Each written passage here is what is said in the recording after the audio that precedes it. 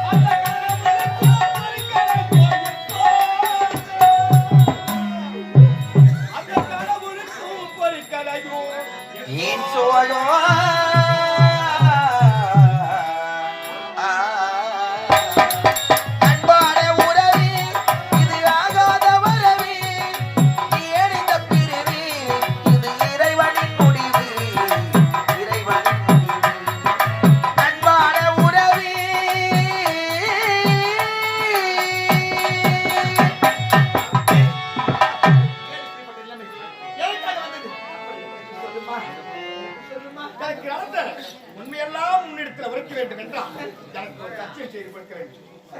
முதலில் எனக்கு ஒரு சத்தியம் செய்து கொடுத்தால் நடந்த உண்மை நான் உன்னிடம் தான் இருக்க போறேன். ஏன் சத்தியம் கேட்கிற? சரிமா, நீ எதை சொன்னாலும் ஏற்கிறேன். இது சத்தியம் சத்தியம் சத்தியம். அக்கா, உனக்கேற்ற ஆடவரை அந்த ஜப்பான் வழியிலே சென்று நான் பார்த்து விட்டு வருகிறேன் என்று உரைத்து விட்டு சென்றேனே. உதவி பூதகணங்கள் ஓடி வந்தது என்னுடைய சக்தியால். அந்த பூதகணங்களை அழித்து விட்டு இரண்டாவது அக்கினி ஆறு, அந்த அக்கினி ஆறையும் என்னுடைய சக்தியால் அழித்து விட்டேன். மூன்றாவதாக ஜப்பான் வழியிலே ஒரு சீடவன் ஒருவர் ஓடி வந்தார். அந்த சீடவனும் நான் ஜமதக்கண்ணி மாமுனிவரை பார்க்க வேண்டும் என்று உரைத்தேன். அப்படி என்றால் ஜமதக்கண்ணி மாமுனிவரை நீ பார்க்க வேண்டும் என்றால் இப்படி வந்தால் என்னுடைய குருநாதரை பார்க்க முடியாது. இதோ இருக்கின்றது பார்த்தாயா இந்த மலர் மாலை. இந்த மலர் மாலையை அணிந்து கொண்டு வந்தால் மட்டும்தான் ஜமதக்கண்ணி கண்டி முனிவரை பார்க்க வேண்டும் அப்படி என்று உரைத்து விட்டார். இந்த மாலை என்னுடைய கரத்திலே அணிவித்த உடனே எனக்கு இருபாலையும் தெரியாமல்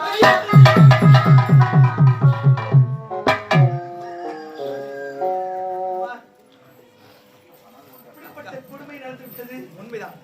எல்லாம் காரணம் நான் தானம்மா, நான் தானம்மா. உண்மைதான்.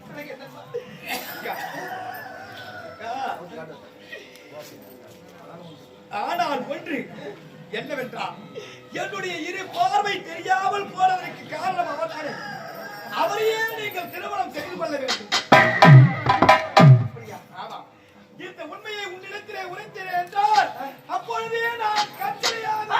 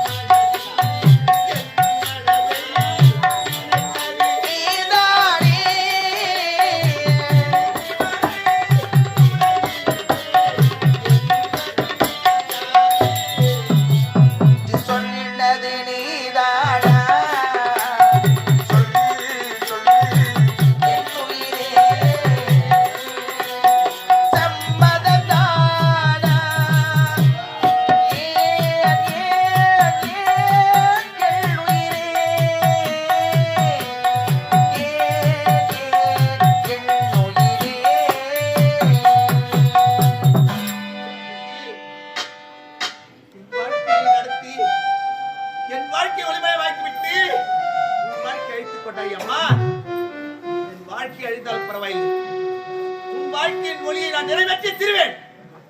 அது யாராக இருந்தாலும் பரவாயில்லை. உன் வார்த்தைக்காக இணங்கி இப்போதே போகிற ஜபால் மலை, அது எப்படி இருந்தாலும் சரி, அது யாராக இருந்தாலும் சரி, அவரையே மறக்கிறேன், அவரிடமே வாழ்கிறேன். நீ இறந்த பழியை நான் வாங்குகிறேன். அது மட்டும் இல்லை, இதுவரையிலும் என் உடன்பிறந்த தங்கை சாமுண்டியாக இருந்து விட்டாய் நீ. ஆனால் எப்போது இந்த உண்மையை சொல்லி கத்திலாக நின்றாயோ, இன்று முதல் உலக மக்கள் அனைவரும் பார்த்து சாமுண்டீஸ்வரி